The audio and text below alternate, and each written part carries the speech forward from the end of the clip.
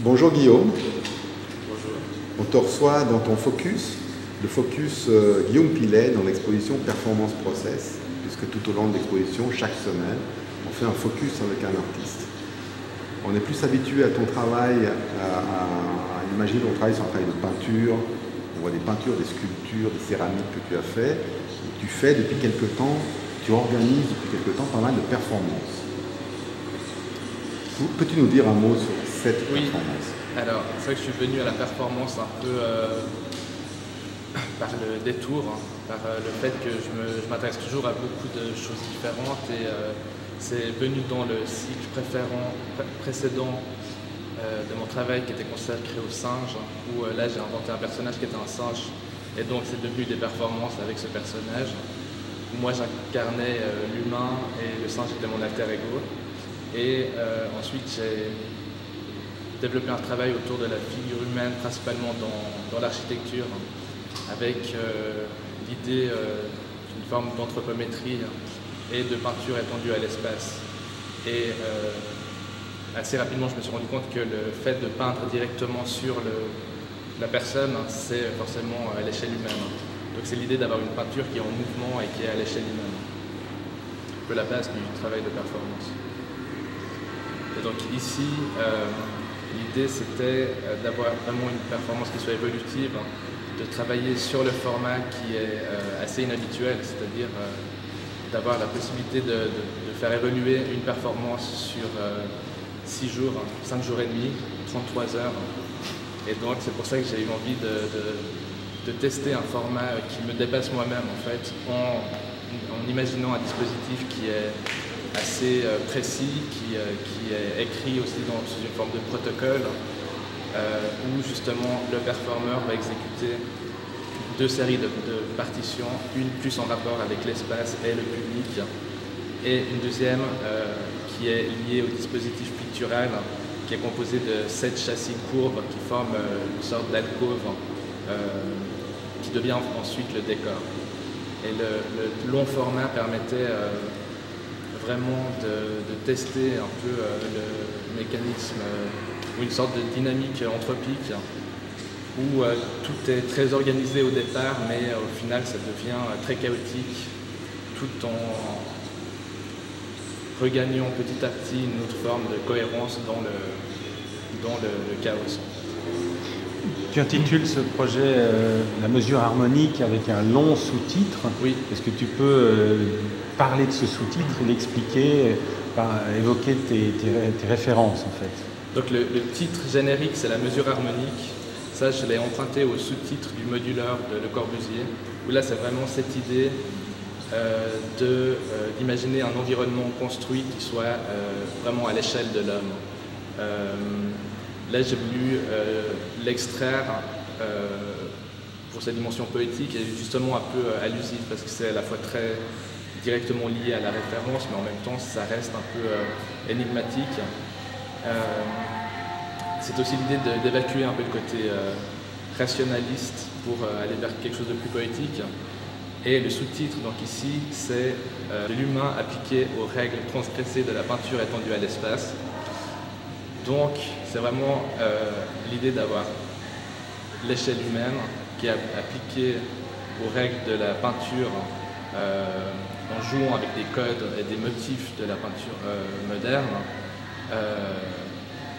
mais de les transgresser et vraiment de les étendre à l'espace, puisque notamment la hauteur de chaque châssis est 2,26 m, qui reprend vraiment les mesures du modulaire et de l'homme le bras levé.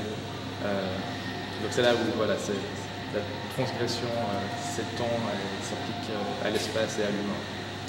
Pour ce projet, tu as trouvé un modèle qui s'appelle Guillaume aussi, qu'on voit évoluer derrière toi, que tu peins tous les jours. Chaque jour, tu choisis une nouvelle peinture et c'est un processus quasi zen qui prend quand même quelques heures pour le mettre en scène. Comment ça se passe? J'aime assez bien l'idée que moi j'entre en action avant la performance dans un travail de peinture qui est assez minutieux, qui est aussi un challenge vu que c'est un support pictural qui est assez complexe. et qui ensuite voilà, est en public mais sans ma présence. Et je délègue après l'action picturale au modèle qui lui n'est pas peintre a priori. Quand tu as commencé, le cycle a commencé, le focus, les panneaux étaient complètement blancs derrière toi. Aujourd'hui, ils sont déjà très denses et nous sommes au jour 4, donc il reste encore 2 jours pleins. Comment tu vois ce qui se passe sur ces panneaux? Comment tu appréhendes ça? Est-ce que tu imaginais que ça allait devenir comme ça? Alors, je me suis assez vite rendu compte que c'était très compliqué d'anticiper 33 heures de performance. Donc j'ai écrit un script qui ne fait pas 33 heures, qui est plus court, donc qui se répète aussi, mais j'aimais bien aussi qu'il y ait une forme de répétition, qu'il y ait vraiment des gestes qui soient repris et qui soient modifiés et qui se superposent, qu'on puisse reconnaître de jour en jour ou même du début de la journée à la fin. Mais après le résultat total, c'est vraiment c'est la forme de lâcher prise dans le projet en fait. C'est vraiment ça devient de l'aléatoire, même si à la base tout est plus ou moins prévu. En fait, on constate qu'il y a ces panneaux incurvés qui sont fixés les uns aux autres, qui forment cette espèce de paroi en semi-circulaire. Et il y a aussi cet instrumentarium impressionnant que tu as conçu, construit, et qui sert en fait d'instrument, d'outil aux performeurs pour agir. Comment tu as réfléchi à cette partie-là du projet?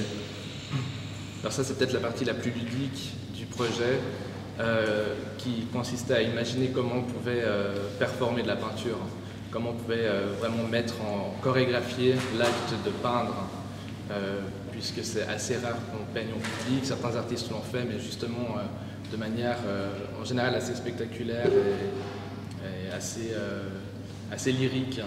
Et j'ai voulu jouer avec ça et justement inventer des outils de peinture qui sont à la fois utiles et absurdes.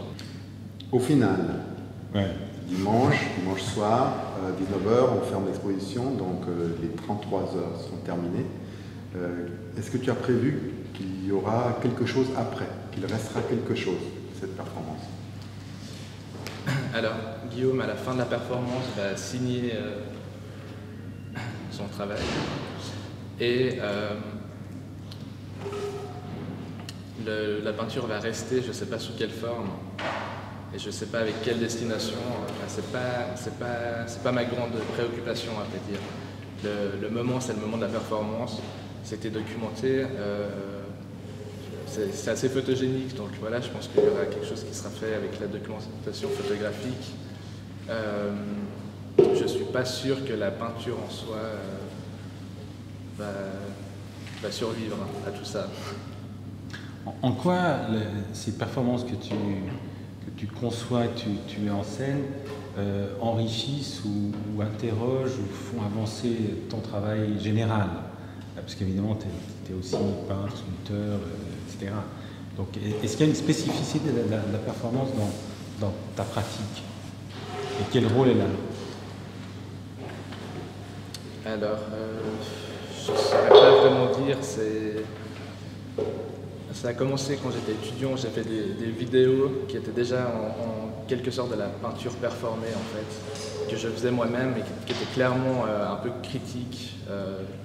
Des sortes de manifestes de peinture en vidéo, mais assez humoristiques. Et c'est vrai que j'ai toujours eu un double rapport avec la peinture qui est à la fois d'être de l'intérieur et de l'extérieur, en fait, de la faire, mais de beaucoup la regarder de l'extérieur et de regarder comment on la représente et comment on filme un artiste au travail ou comment on représente l'artiste au travail, des choses comme ça. Après, plus spécifiquement la performance, j'y suis venu vraiment très naturellement, donc je ne saurais pas vraiment dire quelle place elle occupe. En ce moment, elle occupe une place prépondérante, mais je ne sais pas jusqu'à quand et je ne sais pas pourquoi. Guillaume, Guillaume, merci. Merci.